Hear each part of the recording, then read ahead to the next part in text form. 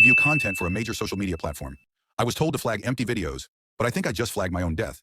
It has been 6 months since I've had a proper night's sleep, but only 3 days since I realized that sleep might actually be dangerous. Before this job, I was nothing. I don't mean that in a self-pitying, poetic way. I mean it in the literal, bureaucratic sense. I was a negative space in the economy, a statistic on a spreadsheet that policymakers argue about during election cycles. I had been unemployed for 2 years, a duration that shifts you from unlucky to unemployable in the eyes of hiring managers. My days were spent in a humid, suffocating loop of refreshing job boards, tweaking the formatting of a resume that no one was reading, and calculating how many calories I could cut from my diet to stretch my savings another week.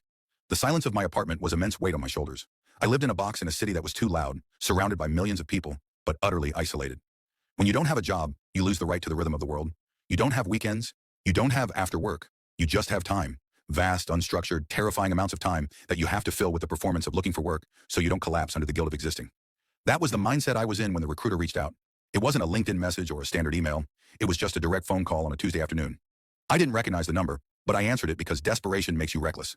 The voice on the other end was synthetic, or maybe just bored enough to sound that way. They didn't mention where they found my number. They didn't ask about my degree in communications or my gap in employment. They just asked if I had 20/20 vision, if I could pass a psychological evaluation, and if I was comfortable with high-volume visual processing. I said yes.